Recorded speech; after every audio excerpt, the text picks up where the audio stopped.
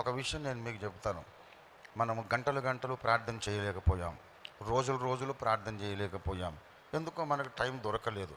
దొరకకుండా కూడా సాతాను చేస్తాడు. అయినా సరే నేను ఎప్పుడు ఏమని ధైర్యం తెచ్చుకుంటానంటే,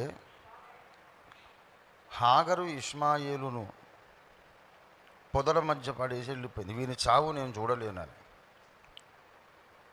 దేవుడు అంటాడు, హాగరు ఆ చిన్నవాడున్న చోట దేవుడు వాని మొర ఆలకించాను. వాని గొంతు ఎండిపోయి అమ్మ దాహం వేస్తుంది అని పిడిచకట్టకపోయి ఒక చచ్చిపోయే పరిస్థితిలో ఉన్నాడు. వాడు ఏం ప్రార్థన చేసి ఉంటాడు? అబౌట్ టు డై, కొన ఊపిరి. ఏం చేసి ఉంటాడు? వాడు అక్కడ ఆ పొదల మధ్యలో చావసిద్ధమై ఉన్న చిన్నవాడు మనస్సులో ఏం మొర పెట్టుకున్నాడు? నా తండ్రి అయిన అబ్రహాము దేవా అని పిలుచుంటాడు.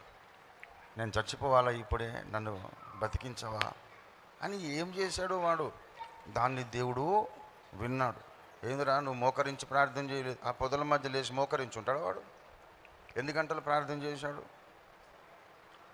అలాంటి నిస్సహాయుల ప్రార్థన, మనస్సులోనే ఒక కేక, పరలోకపు దేవుడు పట్టించుకుంటాడు. దేవుని స్తోత్రం కలుగును గాక. గనుక సైతాను మిమ్మల్ని బలహీనపరచవచ్చు. ఏమో మీరు పెద్ద ప్రార్థన చేయలేదు కదా ఈ సంవత్సరం అని. అరే, ఇష్మాయిల్ చేసిన దానికంటే ఎక్కువనే చేసాం మనం. దేవునికి స్తోత్రం కలుగును గాక.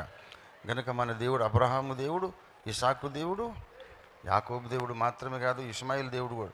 చాలాసార్లు నా పర్సనల్ క్రిస్టియన్ లైఫ్లో, నేను స్పిరిచువల్ లైఫ్లో దేవుడిని అడిగాను, ఏమ్రా నువ్వు సరిగా ప్రార్థన చేయలేదు, ఏం లేదు, నేను ఎందుకు ఆశీర్వదించాలని దేవుడు అడిగినట్టు అనిపించేది. నేను దేవుడిని అడిగి బైబిల్ తీసి ఆ ఇష్మాయిల్ సంగతి చూపెట్టి, దేవా ఈ ఇష్మాయిల్ అంత విలువ లేదన్నా. ఇష్మాయిల్ అసలు పుట్టకూడని వాడు, బతకకూడని వాడు. అతని ప్రార్థన విన్నావు కదా. ఏదైనా బాంబులు పడుతున్నాయి ఇక్కడ. What is happening? మైకేశ్వరుని విలువడు. మీరు చేసినటువంటి మీ హృదయములో చేసిన ఆ ఒక 5 నిమిషాల ప్రార్థనకే దేవుడు రెస్పాండ్ అవుతాడు. భూమిని ఆకాశాన్ని కదిలించడానికి దిగొస్తాడు. You are okay. మీరు చేద్దాం అనుకున్నారు, విస్తారంగా ప్రార్థన చేద్దాం అనుకున్నారు, వీలు కాలేదు.